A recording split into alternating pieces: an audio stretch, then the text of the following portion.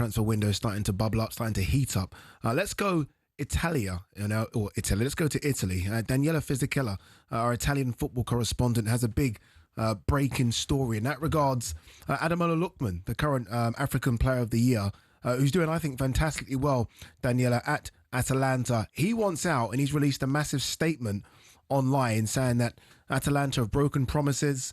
They promised him that if a big offer came in, he could leave. How true is that, and what's the likely end goal in this?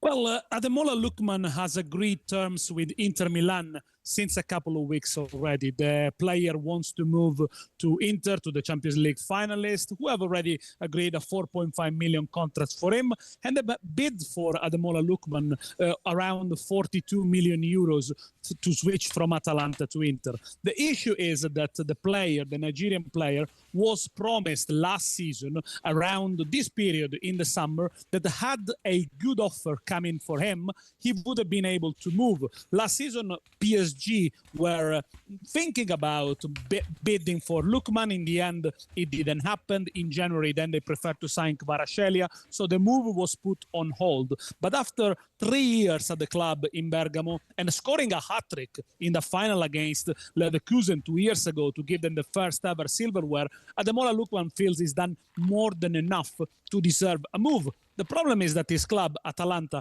has set a very high price, perhaps more than 50 million euros, and therefore there's been a broken down in the relationships, and the player probably is not going to take part into training with Atalanta, expecting for the two clubs to find an agreement. Another player saying he's not going to take part in training whilst under contract.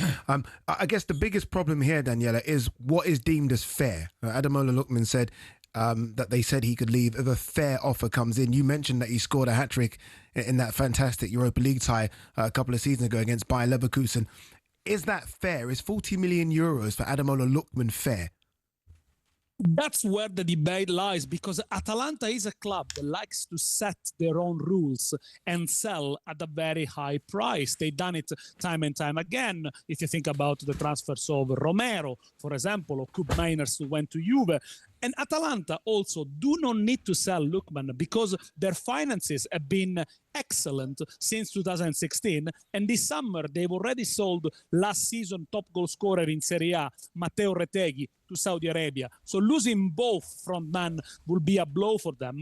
However, the promise they made a season ago was about the right price was set around 45, 50 millions. Of course, Ademola Lookman agent knew about it, but the club apparently said to Lukman, we will prefer to sell you abroad rather than reinforcing one of our rival in Italy. Look, I know that Inter have made an offer of around 42 plus 3, 45 millions. They are still waiting to understand what is the asking price for Lukman, probably beyond 50 millions. But the feeling is that Inter, having already secured the agreement with the player, do not want to push the price too high. They feel it will be perhaps too much for a player that is 28 years old, therefore will have zero selling value in a couple of years, and is really much a player that is ready now, that Inter needs to give them something else in attack, a bit more pace. But of course, they cannot go crazy, considering Inter have already spent more than 100 millions this session. I have no issue, Simon, with Ademola Lookman wanting to move. I mean, Inter Milan is a massive club, a lot bigger than Atalanta. Yeah. I guess the issue is, if he was promised last season that he could move if a fair offer came in, surely this is in contract, it's in writing, this is the offer. If an offer of over 40 million comes in, you can go. Who's got it wrong here? The club, the agent, the player? Well, we hear so much of this now. I mean, I wonder if Lukman has even sat down with the senior management of Atalanta rather than perhaps his agents. And his agent is reporting back what's supposedly been agreed, because we hear a lot of this now. This is so, it's like nailing a jelly to the wall. I was promised this. Well, who says you were promised this, and by what measure were you promised it? Because it's very convenient to say, a player will tell you that I want my contract to be very clear. I want my guarantees. I want everything to be clear in my contract. Yet this ambiguous side of things, of gentlemen's agreements and in principle understandings, are so vague that you can never seem to pin them down, because clearly what is an obligation is the club's responsibility to its contract. Now, my understanding of it is this kid's got, I mean, he's been with 5, 6, 7 different clubs. He never seems to stay anywhere for any period of time, or when he does stay with a club for a period of time, he doesn't play that many games. So there must be something in that. I knew his agent from a previous, I think, who also represented Tammy Abraham, and he's a good lad. So I'm not going to suggest that he's a problem, but he may not be his agent now.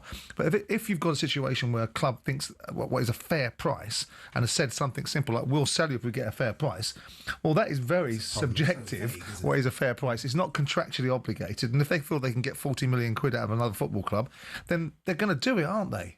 Yeah. But seemingly from the interview there now that some offering around about 45 million would secure it, seemingly. And if there's not that much difference between it, why shouldn't Inter then come on up? They've already entered an agreement with the agent and the player. Again, it's getting back to the point about they should see this through then if that's the case. Strange enough, I'm on the player's side in this here because you're right, Simon. He has moved around a wee bit, but he's done exceptionally well. Yeah. For Atalanta. In the last, he's done very, very well. 2 to 3 seasons, he's done fantastic. He's done really, really well. Yeah. And I think he deserves the chance at the top. And I think that again, you're probably right, Simon. Maybe he didn't have a conversation, but the agent would have reported back to him. Let's also look at the economics of the marketplace and let's just say, and absolutely take your point. Okay. But they bought him for 15 million. And by the law of the rules of engagement, if he's done so well for Atalanta, then it's reasonable they're going to expect an uptick on what they paid, which is not beyond the wit of man to suggest 2 or 3 times what you've paid. Yeah, but 45 million. 45 million is that? Exactly that. So yes, and I think that's. I think the issue's problem, I guess, for Atalanta, they don't want to sell to a fellow Italian club. Well, that's one of the points. They probably don't want to sell him because they've already lost a player to Saudi at the moment, so they don't really want him to go. Or if they do, they maybe let him go next year or something like that. Now, again, the club have the power to do that there. But the lad, if he has been given these assurances that a big offer can come in from a big club, it doesn't matter whether it's a fellow a Serie A team or not. It doesn't really matter. I think that they should do something. Well, stick a release clause. I mean, in this day and age where everything seems to be so papered up, stick a release clause in there or shut up and get on with your contract. The fact is, players keep on using this idea of what people say to them because no one can ever prove that they did or didn't say it. They can use it as an exercise to say, well, I'm down in tools because I was told this. Or are you? By whom? When? And why didn't you ask for it in writing? Because if someone tells me something is about my career and my life, forget that fact I'll be a 27-year-old kid. Right? Assume your agent's part of this conversation. The easy question is, okay, if you're saying that to me. I don't want this to be an agreement that's ultimately unresolvable in the future if we have an argument about it. Can you put it in writing then? That's what it's got to be. Put it in writing, and then no one misunderstands, do they? I think it really is simple. Daniel, let's move on to Dele Alli. Look, we've all been following his story, and everyone hoped that backs the Dele Alli project, that this now move to Lake Como would have been the kickstart for his career to be reignited. We are now hearing that he's going to leave the club. There was a lot of talk about potentially retiring. We'll focus on that another time. But is he leaving Lake Como? What is the situation with Dele Alli?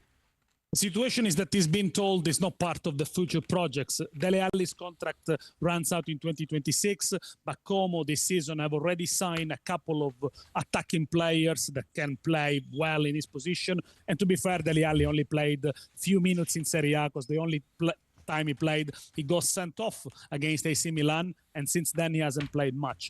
However, Como and the Como owners, the Artono family, are still very keen and very fond of him. So they're going to try and find him a loan option, probably in the MLS. It's very unlikely any other European club is going to approach Dele Alli or Como. But because the contract is still long and they still like him, and despite his very poor experience in terms of football, he was very much liked in the environment and by the fans. I remember Como fans applauding him even when he was going to training, even when he was warming up but not going into the pitch. And of course, his experience on the pitch was very unfortunate. But in terms of the next Serie A season, Como have got pretty much a full roster. They invested a lot of millions in young players this season, so unlikely there is a space for Dele Alli. However, yes, the player has considered retirement, but it could be a plan B, another option, and perhaps trying to extend his playing career for a further few months across the pond.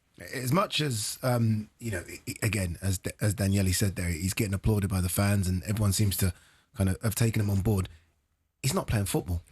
That's right. He's not playing. And hasn't kicked a ball really for Como. He did get sent off, that's true, but that's not the reason. You get sent off and you miss a couple of matches, then you get back into the fold again. I kept an eye on Como for the last couple of years, in fact, and I know he wouldn't have played 100 minutes in his whole time there. So he signed an extra year, and it's okay. It's nice to know that the chairman loves you and that that everybody's fine and you're happy, and you'll make the chairman a cup of coffee or whatever they want to do.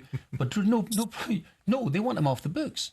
That's as simple as that. They want him off the books, and the last thing, if I was somebody thinking about taking him on, and then hearing he's thinking about retirement, I'm thinking, well, what's in his head at this minute? He hasn't kicked a ball. He'd been a really fine player quite a number of years ago, and hasn't done it for a considerable length of time now.